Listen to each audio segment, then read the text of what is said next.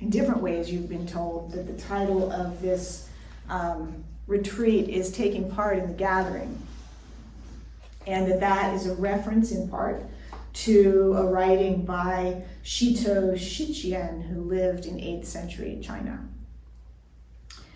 And John brought some of it into the room yesterday, and I'm just going to read the whole thing to you today as another way of bringing it into the room. And we'll be doing that, and I think people will be probably referencing it in many other talks this week. But if they don't, I'm just going to read it. And I found it happened that I picked up a piece of paper, and on it was a quote by Shitou. And it said, "I am not, but the universe is myself. I am not, but the universe is myself."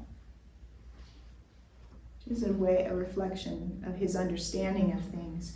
And so this piece, the taking part in the gathering, it was written, I'll just tell you a tiny bit about it. It was written, I can't remember if John said this last night, but as a response in part to some feuding that was going on between different schools of Zen, and the northern and southern school, and the northern and southern and sudden and gradual awakening schools, and it was like, I'm right and you're right and all of that kind of stuff.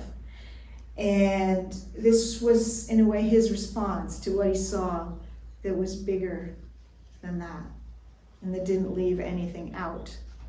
And also in this, one other thing I just want to say is that often we refer to in Zen, again, as John was talking about, the interweaving of form and emptiness or eternity. Often you'll find eternity referred to as the light. But in this piece, he kind of flips it on his head, and eternity is the darkness, the unknowable force, and the light is the world of form.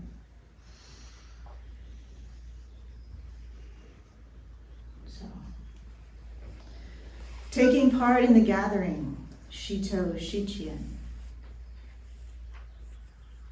The mind of the great Indian immortal moves seamlessly between east and west.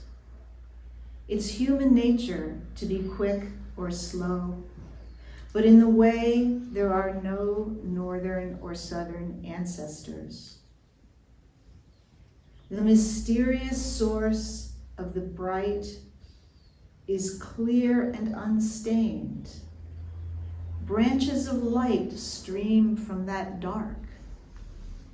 Trying to control things is only delusion.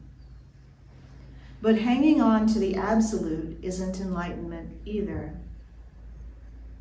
We and everything we perceive are interwoven and not interwoven. And this interweaving continues on and on, while each thing stands in its own place. In the world of form, we differentiate substances and images. In the world of sound, we distinguish music from noise. In the embrace of the dark, good words and bad words are the same. But in the bright, we divide clear speech from confusion. The four elements return to their natures, like a child to the mother. Fire is hot, the winds blow, water is wet, the earth solid. The eye sees form, the ear hears voices, the nose smells fragrance, the tongue tastes salt and sour. Everything, depending on its root, spreads out its leaves.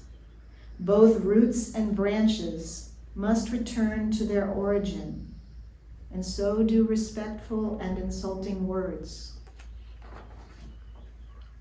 The darkness is inside the bright, but don't look only with the eyes of the dark. The brightness is inside the dark. but don't look only through the eyes of the bright. Bright and dark are a pair, like front foot and back foot, walking. Each thing by nature has worth, but we notice it is shaped by its circumstances. Things fit together like boxes and lids, while the absolute is like arrows meeting in midair. When you let these words in, you encounter the ancestors. Don't limit yourself to your own small story. If you don't see the way with your own eyes, you won't know the road even as you're walking on it.